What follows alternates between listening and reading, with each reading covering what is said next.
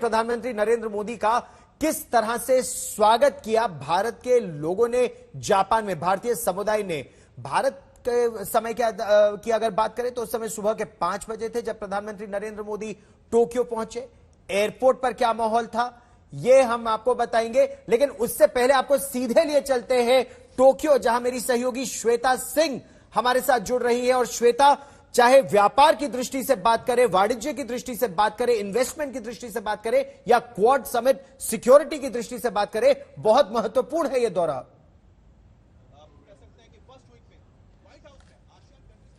जी गौरव, हर एक चीज बहुत महत्वपूर्ण है इस पूरे दौरे में। और प्रधानमंत्री अभी तो जहां पर आने वाले हैं ये तो भारतीय समुदाय से यहां पर उनकी मुलाकात होगी, यहां पर संबोधन उनका होगा। लेकिन हाँ, जो दिन भर निकला है उसका एक एक लम्हा बहुत महत्वपूर्ण हो जाता है।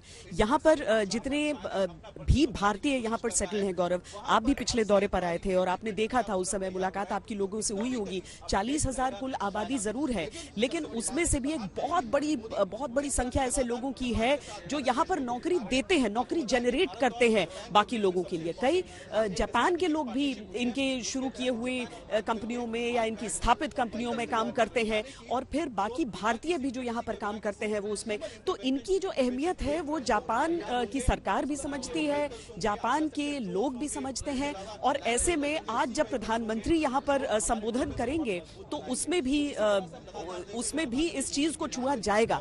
साथ में आपको बता दें गौरव कि यहाँ पर अब चूंकि प्रधानमंत्री किसी भी समय पहुंचेंगे, इसीलिए ये कोशिश की जा रही है कि मीडिया की तरफ से अब हम यहाँ पर ज्यादा बातचीत न करें। मैं जरूर वो दिखाना चाहूंगी जहां पर प्रधानमंत्री अब किसी भी समय यहां पर पहुंचेंगे और यहां पर संबोधन करेंगे। आप यहां पर मराठी पगड़ियों में लोगों को देखिए, बाकी लोगों को देखिए। आईटी के अधिकतर काम करने वाले लोग हैं यहाँ पर, आईटी क्षेत्र में सबसे अधिक भारतीय यहाँ पर काम करते हैं। और इसके अलावा होटल इंडस्ट्री बहुत बड़ी है यहाँ पर, रेस्टोरेंट्स यहाँ के बहुत अहम है और इसमें ही भारतीय अधिकतर रहे।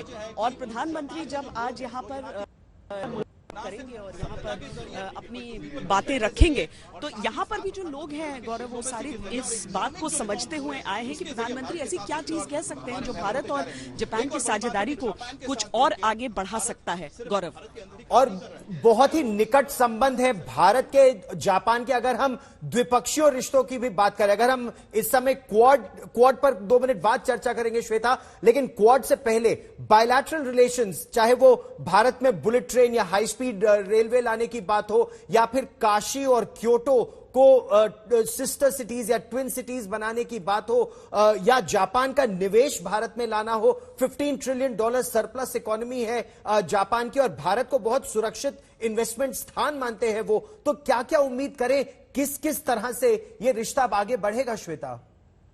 जापान के साथ जो हमारे रिश्ते बहुत ही अच्छे रहे और बेहतर होते जा रहे हैं। देखिए गौरव, आज का पूरा दिन उसी चीज को समर्पित था, आज का पूरा दिन उसी हिसाब से समर्पित था।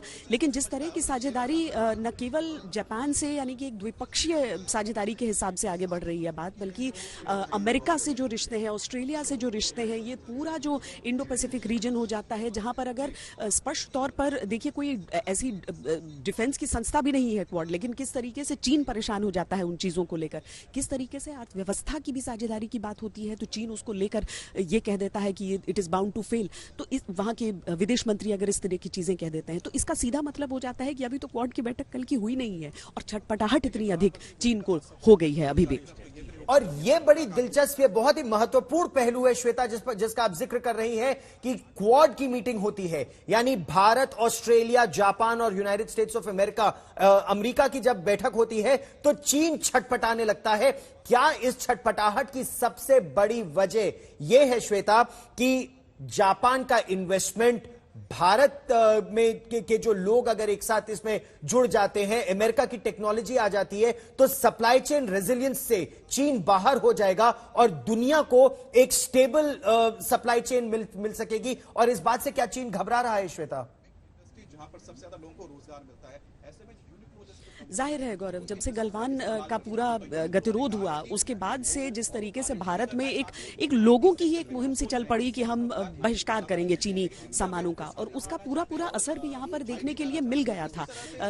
भले ही चीन से इस कदर हमारा कारोबार हो कि अगर हल्की सी भी चीज हो तो उसे उतना एहसास नहीं होगा, लेकिन उसे इतना तो समझ में आता है कि ये शुरुआत होती है, और उसमें अगर भारत आत्मनिर्भर होता जाता है, अगर मेक इन इंडिया को एक मुहिम बनाया जाता है, अगर वोकल फॉर लोकल की आवाज प्रधानमंत्री कहीं पर उठाते हैं, तो चीन को सीधा मालूम है कि ये प्रहार उसकी अर्थव्यवस्था पर, उसके वर्चस्व पर, दुनिया में उसके रसूख पर हो जाता है। और भारत अगर एक विकल्प के तौर पर उभरता है, क्योंकि अगर चीन में जिस तरीके से अभी तक ये कंपनियां काम करती रही हैं, जो वहां से निकल कर अगर भारत का भी रुख करती हैं, तो दुनिया के लिए किस तरीके से चीन का एक ऐसा विकल्प के तौर पर नजर आ सकता है, चीन के किस ऐसे विकल्प के तौर पर गौरव नजर आ सकता है वो, जहां एक सभ्य, सुसंस्कृत और एक ऐसा देश सामने। गौरव, मैं ये बताना चाहूंगी कि अब यहाँ पर अब पूरी तरीके से शांति रखने के लिए कहा गया है, तो हम आगे यहाँ से अब बात नहीं कर पाएंगे।